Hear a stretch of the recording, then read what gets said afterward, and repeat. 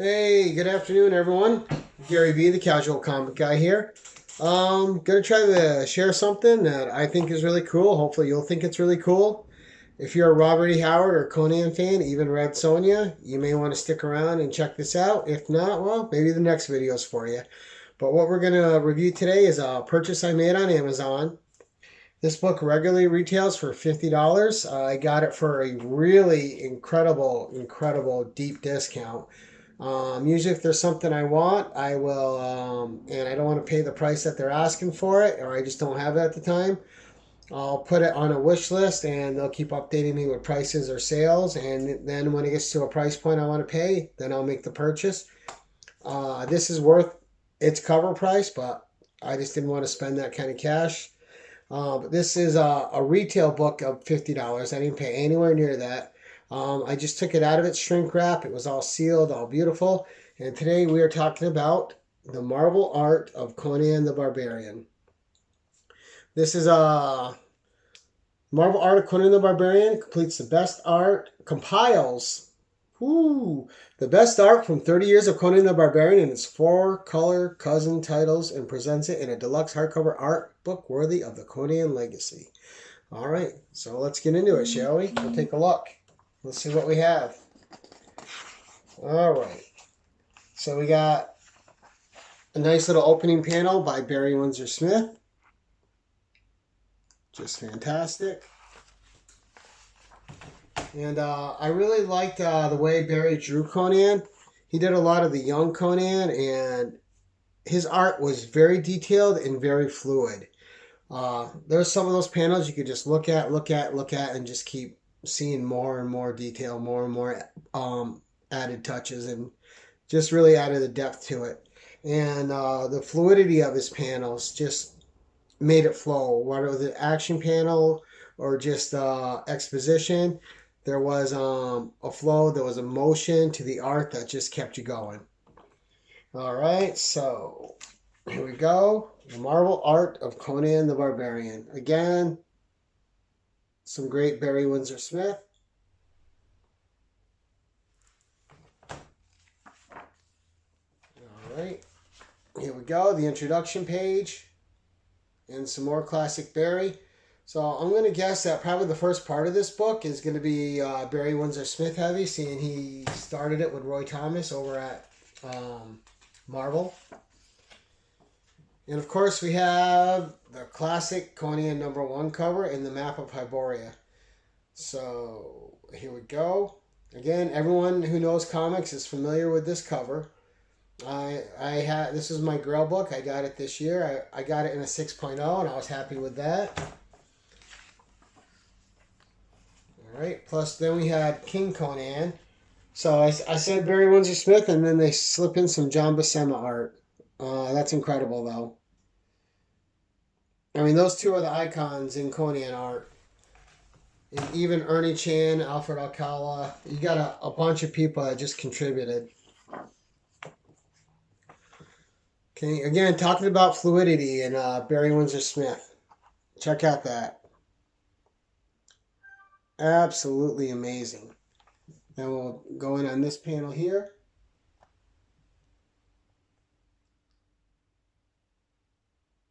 Just Barry Windsor did not skimp on the detail, and he filled up his panels. You didn't see a lot of blank backgrounds in Barry Windsor-Smith art. There was usually something going on. Case in point. All right, you know what? Let me take off the dust jacket. This book will be a little easier to handle. Oh, and in case we didn't see it, nice cover there for the hardback. All right, and there's that right there. Really awesome. All right. There we go. A little less slippery.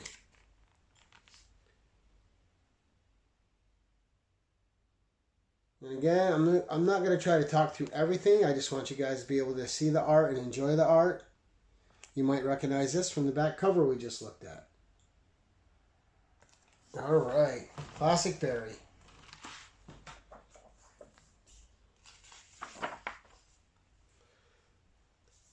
Again, we're talking more detail.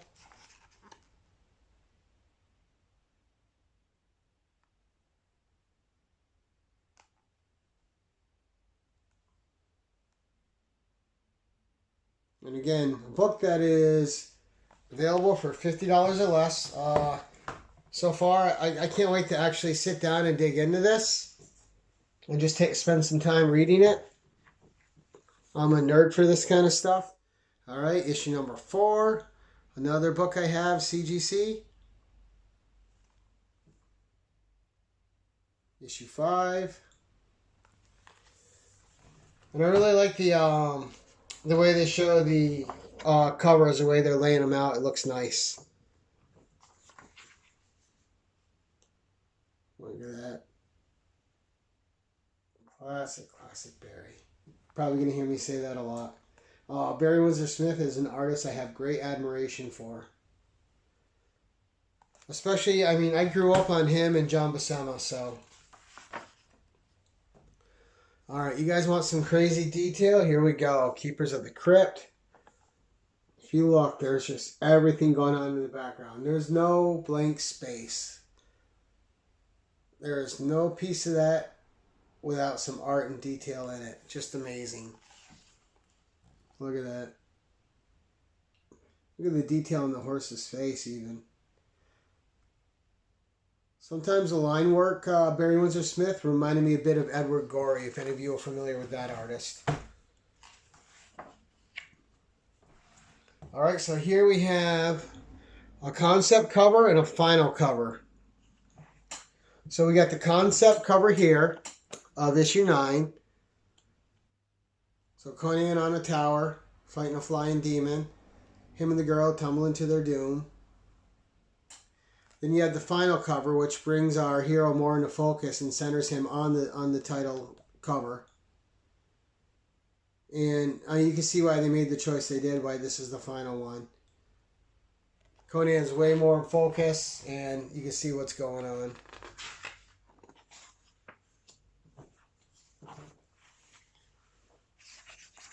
Alright, here we go.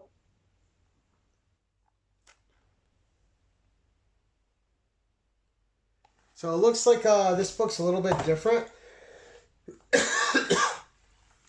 than the other Marvel art books I've seen, especially on Slim's channel, where it's more like big splashes of one-shot pages with different artists and different characters. This is a more in-depth focus just on Conan himself. Looks like we're getting a lot more comic strips, panels. Look at that full page.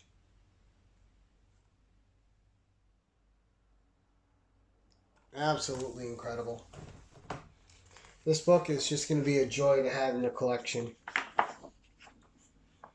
Alright, here we go. Look at the colors. And this, it's a pretty big book. It might be a longer video, so if you don't stick to the whole thing, hey, I understand. I'm just going to be here nerding out with this book for a bit. Just want to show you guys the art in it. I didn't even check the page count. I just couldn't wait to get into it, and you guys are seeing it as I'm seeing it.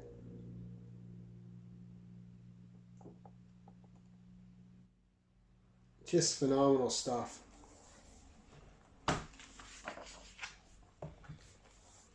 Oh, beautiful, beautiful spread there. And, you know, not only was Barry Windsor-Smith known for all the detail he would put in his panels and in his art, but I mean, more than one occasion it caused him to be late submitting for the book. So, and there was a couple issues that missed publication dates due to it, but I think it was all worth it. All right, so we're going to have a little cameo spot here of issue 23, the cameo of Red Sonja. And then we have, of course, one of my all-time favorite covers, Conan the Barbarian, issue 24. Red Sonja's first cover appearance, I believe, and also her first full appearance. There we go. I'm unsure, I can't remember now if Savage beat it out, but of course there's the cover there. Plus I have it in a CGC, so. And I was always a big fan of the chainmail shirt that Red Sonja has. I like it more than the bikini. I think it's more befitting of a warrior, and I think it actually looks a lot cooler than the bikini. I know most people will probably disagree with me on that, but that's just my opinion. And here it is right here. All right, and a little blast from the King Time with her saying Ka Namakala Jerema, which reveals any snake people hidden in disguise as regular people and reveals them as the snake people they are.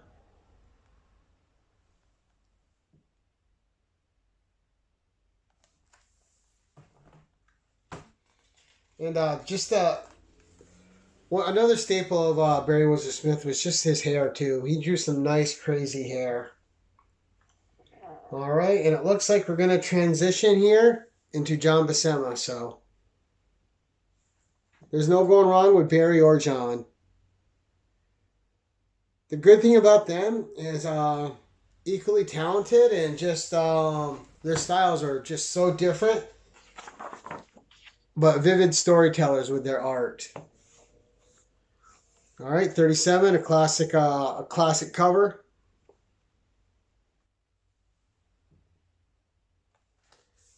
And where Barry Windsor-Smith drew a more lithe, up-and-coming younger Conan, John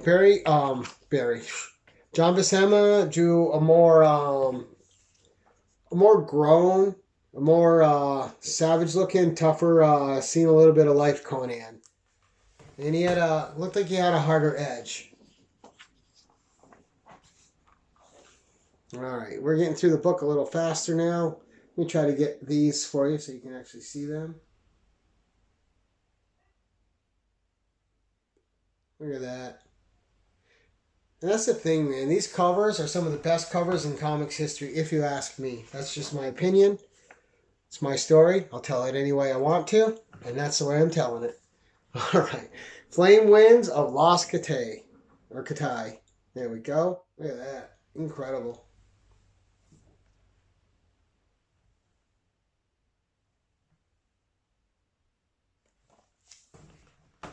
And I can look at this art all day. There's a fierceness and a rawness to it. And as much credit as I gave Barry Windsor-Smith for filling up panels, when John Buscema wanted to, he could do it too. Look at this. No wasted space, man. There is something going on everywhere. It's just one of those splash pages you can look at for a good long 20, 30 minutes and just enjoy. Look at that too. Just that panel alone, look at everything that's happening. Amazing, amazing stuff.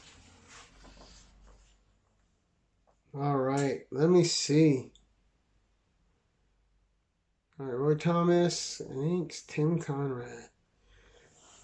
All right, so here we got another artist. Let me see, script, opposite. All right, so that looks like a Tim Conrad Conan is what I'm seeing. I could be wrong. I thought I read it right. Pretty good. Kind of Barry Windsor-Smith-ish, so maybe he was influenced. All right, and you got some more John Buscema over here on this side. I'm sure we'll get into some Gil Kane and Neil Adams here at some point. Some Jeff Isherwood. Maybe even some Mike Plug. I knew Plug drew Conan a couple times as well. All right. The Hour of the Dragon. One of the most classic Conan tales out there. All right. And there's Red Sonja in her trademark chainmail bikini.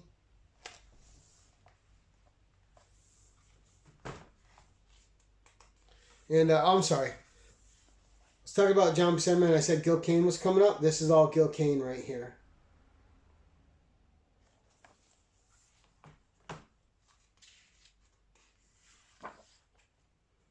All right. Another Red Sonja cover. One of my favorite ones too. Conan the Barbarian, issue 44. I may send that one out one day just because I don't have... I only have the one cover CGC with her and Conan on it. All right, there we go.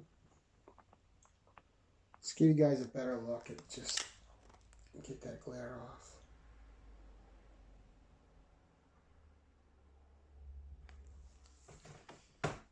This is just a absolutely phenomenal book.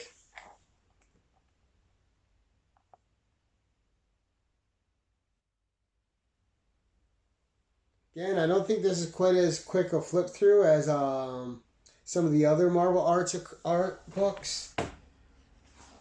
So I may have to speed it up here.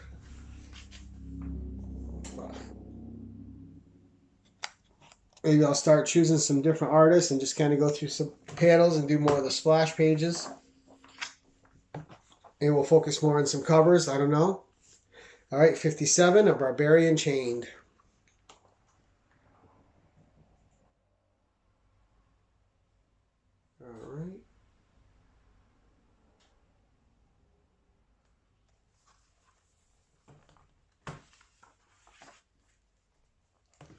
All right. Here we go. Beautiful splash. Look at the moodiness in his eyes. Perfect.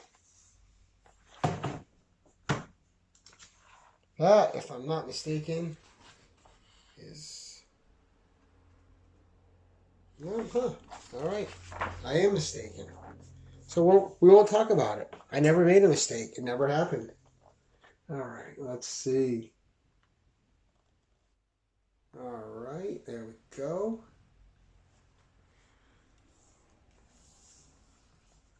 Okay. So we have Bêlit, and here we go. Great cover there.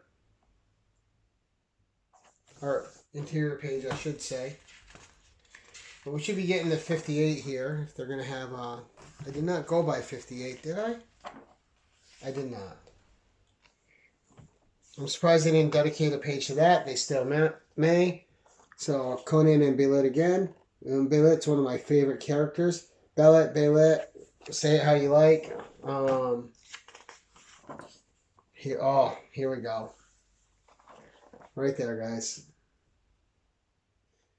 Is that savage or what? That is a savage picture.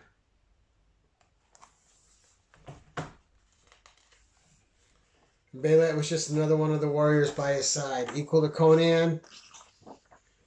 Absolutely amazing. And I'm surprised that they didn't show the cover 58, which was Bêlit's first appearance. They skipped that over entirely. That and 59, which was her origin story. So, here was like one of the few crossovers, King Kull and Conan, where they had Kull, not a crossover, but Kull appear in a Conan mag. Really nice, really cool.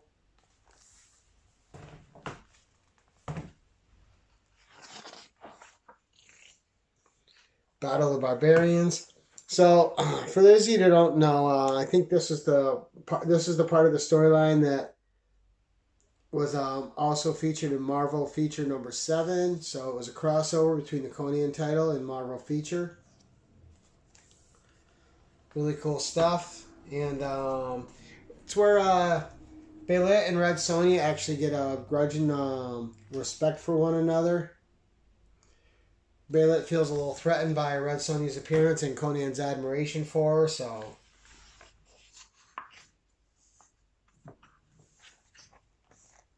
Alright, look at that. Seems like the black and white frames are a little harder to pick up on here, so we might pass by some of those, unless it's really exceptional. Alright, here's the Red Nails adaptation. Picture, one of my favorite adaptations, Barry Smith again. If you guys have never read the Roy Thomas, Barry Windsor-Smith Red Nails adaptation, absolutely amazing. Probably one of the best adaptations in comics I've ever read. Extremely faithful to the source material, superbly drawn and detailed, and just great storytelling. Alright, here we go.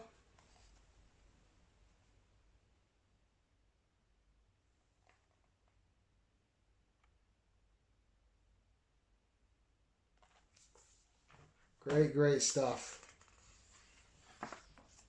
Alright, Giant Size Conan issue 5. I have all the Giant Size Conans. Unfortunately, they were telling a story that they didn't complete in the 5 giant sizes. It was going over and over and over, and then they ended up completing the story, I believe, in Savage Sword.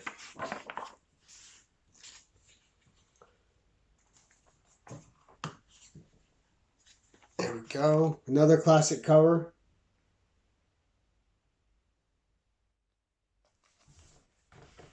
Alright, we're picking it up here, guys. Oh, here we go. Classic Conan villain, right? Thothamon.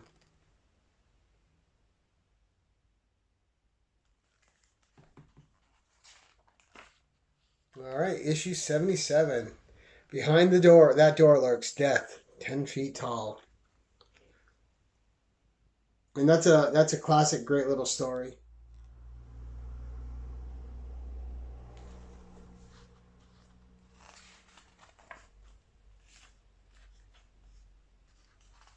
Okay, let's see. Look at that. There's some of the monsters in the Conan. Just great stuff, like back in the day.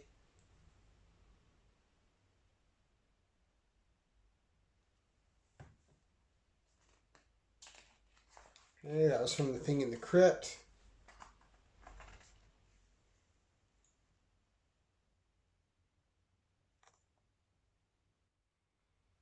Alright, first appearance of Zula.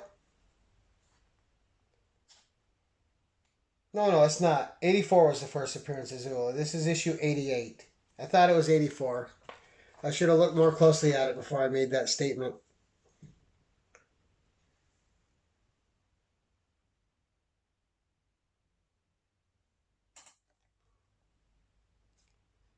Well, that's what happens when you're doing this on the fly and looking at it while you're doing it.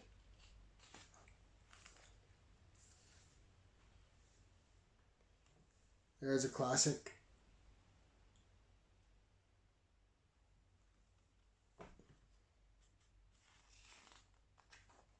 Okay, I think that was Ernie Chan inking him on that, and Ernie Chan was great and was an incredible Conan artist in his own right.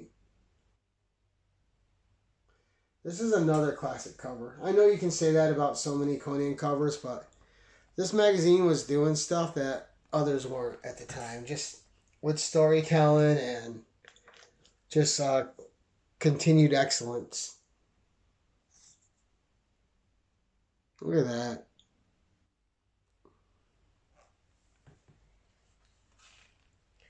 This panel's always reminded me of King Kong, some of the island, Skull Island, just kind of canyonish with a bunch of monsters. Now, none of those are monsters you would find on Skull Island, but they're still cool. Death of Bêlit, one of my all-time favorite issues, and also sad to see that character go. If you're a Conan fan, you knew at some point it was coming. If you read Queen of the Black Coast, the original Robert E. Howard tale. And to be fair, it had to happen in the comics. You can't leave Conan stagnant and just doing the same thing forever. So they made the one story into a 3-year arc, and it was great. With gave him and Bêlit a bigger history together, which was nice. Okay, back in the day, you couldn't have a comic without a giant bear. Here's our obligatory giant bear.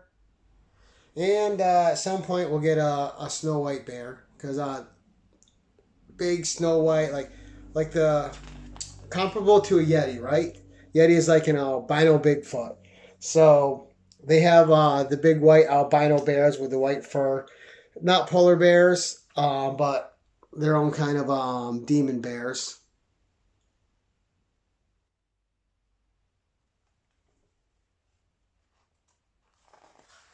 This is cool because in this it shows too, and in the writing, Conan and Red Sonja always had a closeness and a mutual respect. She was never going to give herself to him, and Conan being a little bit of the rogue and the ladies' man himself, always, but I always like to believe he had a chance. And she had feelings for him, but her vow back then just was never going to allow that to happen. And Conan's love of wine and women got him in more than one bad scrape. Here we go. King Conan #1. And guys, this issue, you can pick up King Conan #1 on the cheap. Just King Conan, for some reason, I have all 55 issues of this series, but not an expensive series to put together. Really affordable first issue. And if you're a Conan fan, that issue, King Conan #1, is a must-have. And again, it's super affordable. You can get a really good copy for $10, probably near mint. I have a couple of them. I paid under 10 for each of them. Again, an underrated series here. So King Conan, he has his queen Zenobia, who was in and out of the Conan mythos for a bit, and then also his son Khan.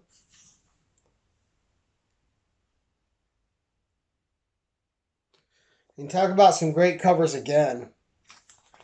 That was Michael Golden. Oh, who's this one? Filipino artist Frank Reyes. Look at that.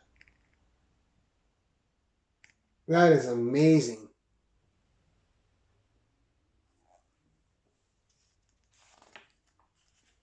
All right. Conan 158.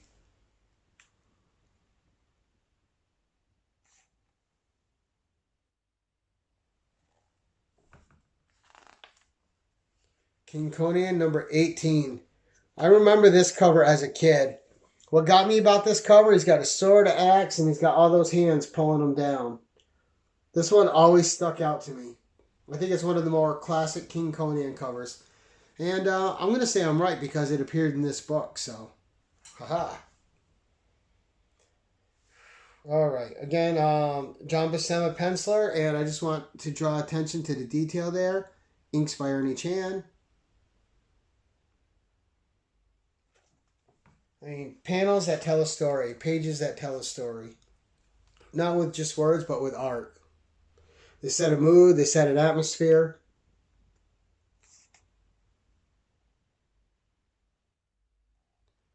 Another nice one. And you notice too, there's not Roy Thomas didn't like to use a lot of words on he didn't like a lot of words on the cover, so he didn't have the cover artist ever usually draw word balloons. You'll see him once in a while. But in the Conan stories too, you won't see like a lot of sound effects. He just didn't believe in it. He let the art tell the story, he let the words tell the story from the characters themselves. So when you're looking at this, you won't see a lot of that stuff that you see in other titles. And I always thought it gave Conan a little bit more of an adult feel to it. But I mean, that's how the title skewed anyway. And a great cover, too. I know I kind of rushed to that one, with him ripping through the pirate flag.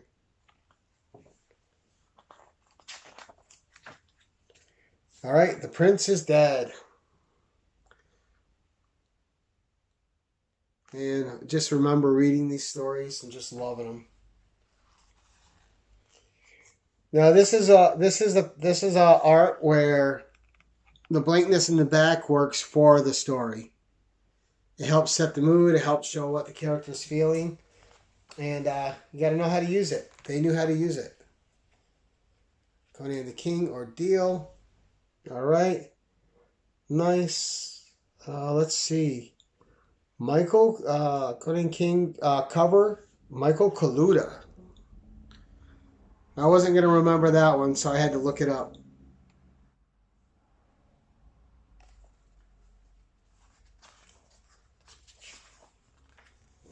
Conan the Barbarian, 169. Another classic, just Conan surrounded by enemies, doing what he does best, just hacking his way through and showing that he's a superior warrior. Oh, here we go, guys. Classic What If? What if Conan the Barbarian was stranded in the 20th century? Another issue I have. Love it. Can't remember if I have two of these or just one. All right, another one I have a couple of. Conan the Destroyer, the adaptation of the movie.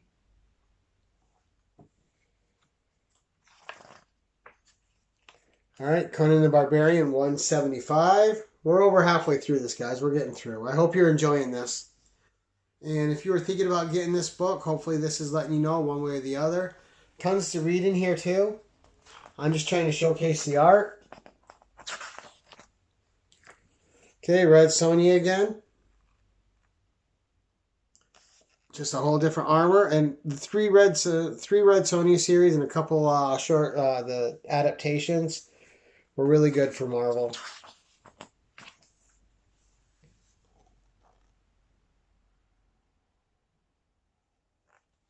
All right, that's 189.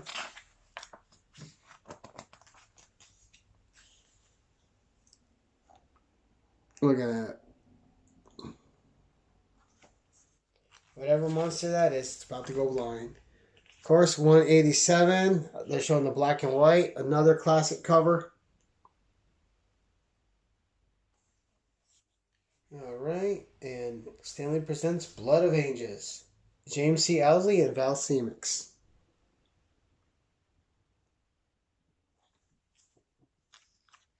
Really nice. Oh, and I was telling you guys about Ernie Chan. One thing you could tell about Ernie Chan, you can always tell an Ernie Chan Conan by the eyes. The eyes of Ernie Chan's art were very distinctive.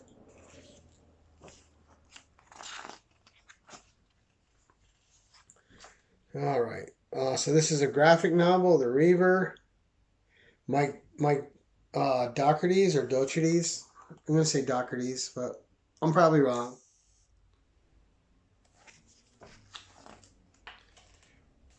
All right, forward, Dog Brothers. All right, really, really good stuff. All right, who is this? Oh, is that the Devourer of Souls? All this stuff is reminding me of is I got to go reread some of these stories that I've forgotten a little. I reread some of them already again this year, but it's tough to reread 55-issue series again and then a 275-issue series again. So every once in a while, you just got to pick out a little bit of a run and work your way through it. I did read this one recently, the Haiku trilogy, which was pretty fun.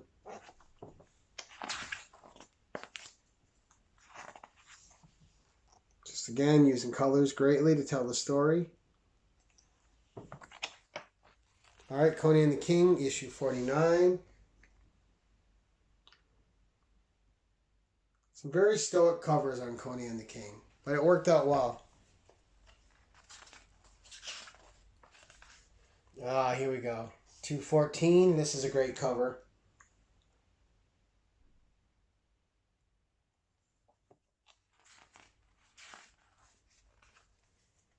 All right.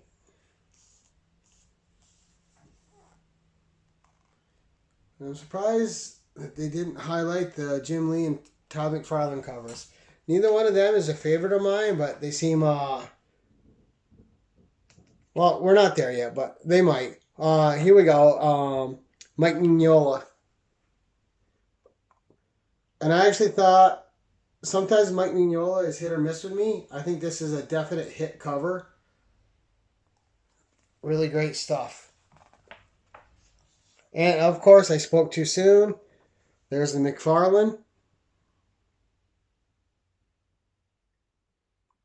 We all know McFarlane's a great artist. I somehow just didn't care for his Conan cover too much. And, of course, here's the Jim Lee. And the same with the Jim Lee. I didn't think it was either their best work. Certainly, they're incredible artists.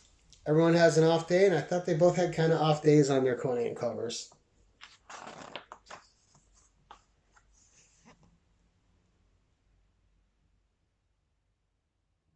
Very nice.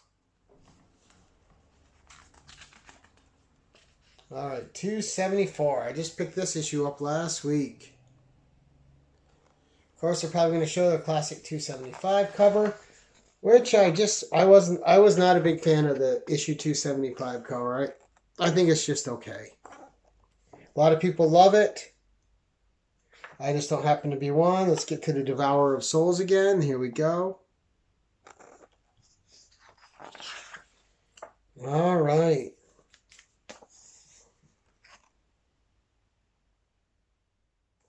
All right, and then we had Conan the Adventurer. I just picked up this 14-issue run. I got to read it. 3 issues in right now. The reason I picked this up too, not just because it's Conan, but it was a return of Roy Thomas to writing a series, and he wrote all 14 issues, I believe.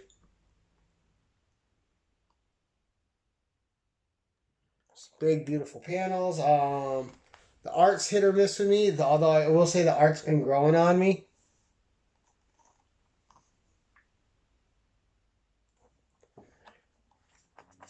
It's tough when you get so used to seeing Conan drawn in a certain style. All right, Raphael Kyanan. So it's a really good panel there. Looks great.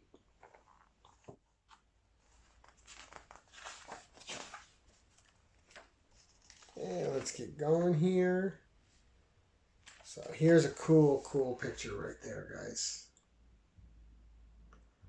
That's nice. That's something for me to explore because I'm not familiar with that. Great cover there. All right. Like I said, this is going to be in my reading because I just picked up all 14 issues. Conan the God Killer. All right. Nice. All right. And the relaunch again of Conan the Barbarian. That's issue 2.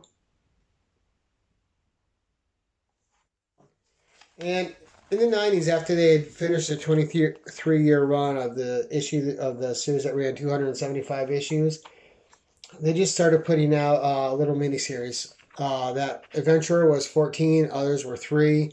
So this just little run. Some were 6, I believe.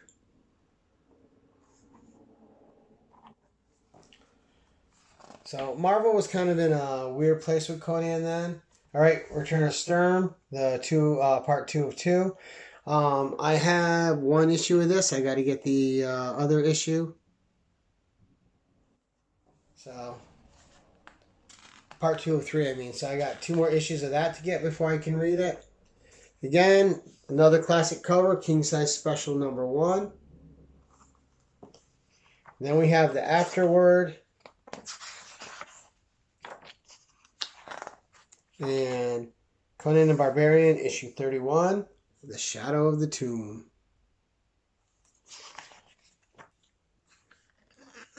There we go. Into the Mouth of Madness, people. Alright, and a nice little panel at the end. Barry Smith. Conan saying farewell to someone. Again, that's it. So I know that's kind of a longer video, but I thought some of you might enjoy seeing this book and letting you know what it costs. You can decide for yourself if it's worth adding to your collection or not. Definitely a yes, this is worth adding to my collection. And I am certainly happy to have it. And I will be perusing this for quite a few hours. So that's the Marvel Art of Conan the Barbarian. I hope you guys enjoyed that. Again, longer video, but let me wrap it up, guys. Be nice to each other. Have a great positive day. And until next time, keep it casual.